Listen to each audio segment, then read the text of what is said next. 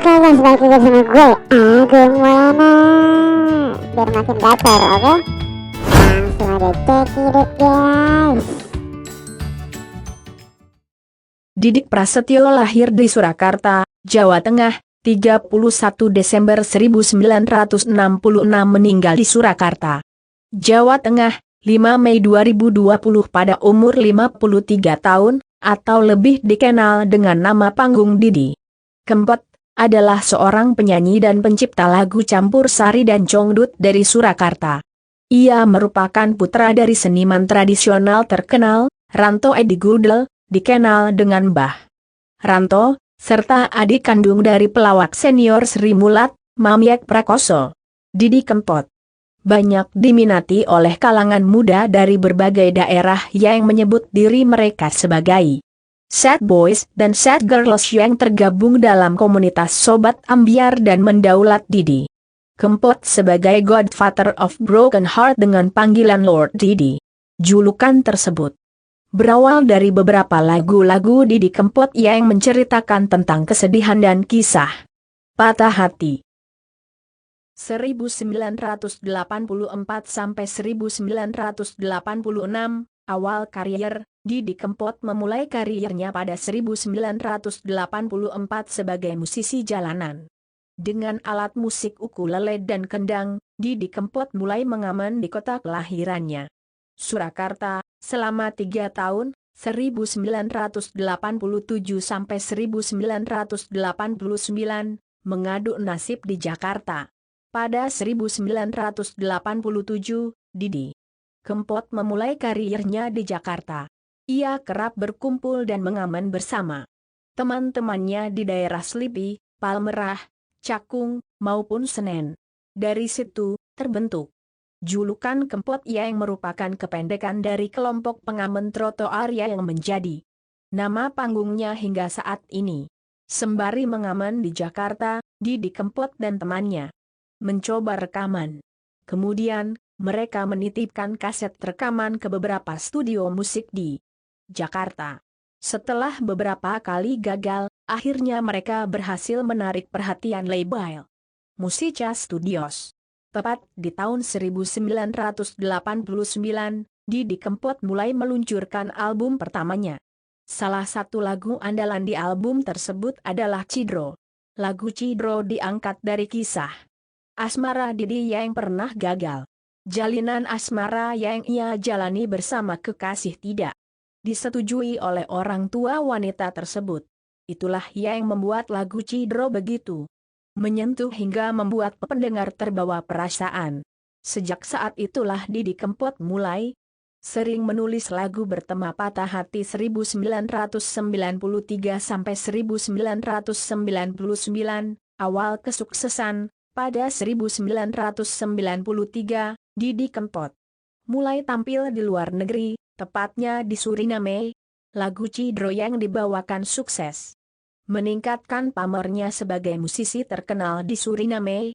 Setelah Suriname, Didi Kempot lanjut menginjakan kakinya di Eropa. Pada 1996, ia mulai menggarap dan merekam lagu berjudul Layang Kangen di Rotterdam, Belanda. Kemudian, Didi Kempot pulang ke Indonesia pada 1998 untuk memulai kembali profesinya sebagai musisi. Tak lama setelah pulang kampung pada awal era reformasi, ia mengeluarkan lagu berjudul Stasiun Balapan.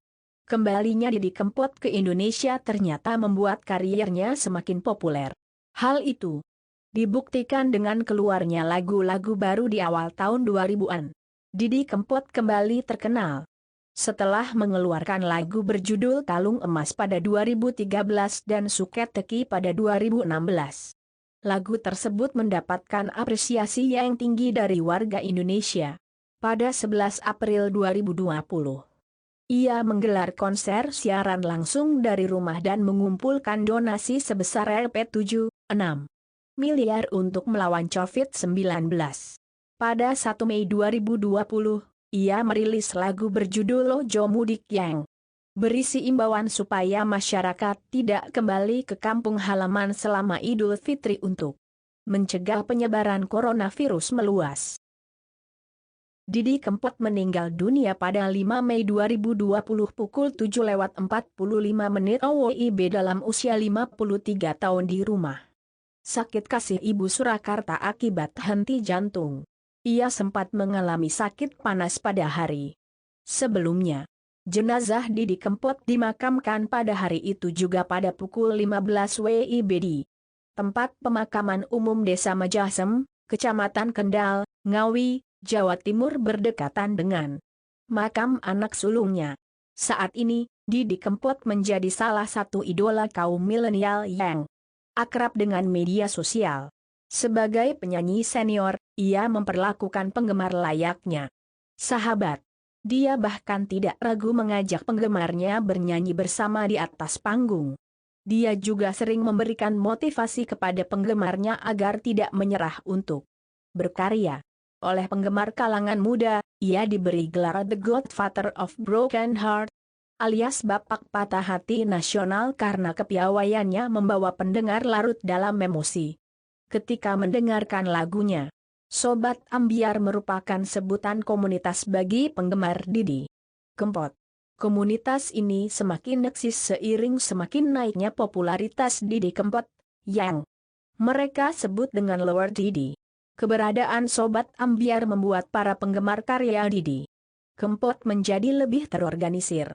Sebelumnya istilah Kempoters adalah sebutan untuk penggemar Didi Kempot, namun sebutan tersebut berkembang di kalangan anak muda menjadi Sad Boys untuk laki-laki dan Sad Girls untuk perempuan.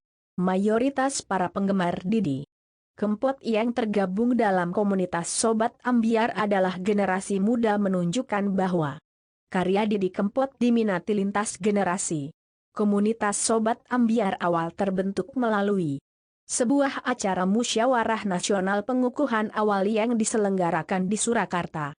Didi Kempot telah menulis sekitar 700 lebih judul lagu, sebagian besar lagu-lagu tersebut ditulis dalam bahasa Jawa dengan tema patah hati dan kesedihan.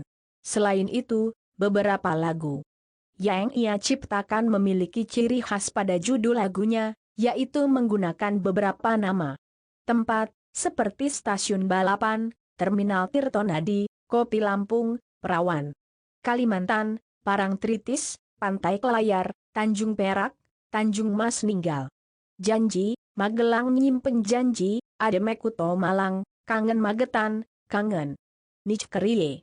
Ide tersebut muncul ketika ia sedang berjalan-jalan dan mendengar tentang cerita dari warga setempat. Dengan ciri khas tersebut, ia meyakini bahwa sebuah tempat memiliki kenangan tersendiri bagi setiap orang. Itulah seputar biografi mengenai Didi Kempot yang dikutip dari Wikipedia. Terima kasih telah menyaksikan video ini. Jangan lupa subscribe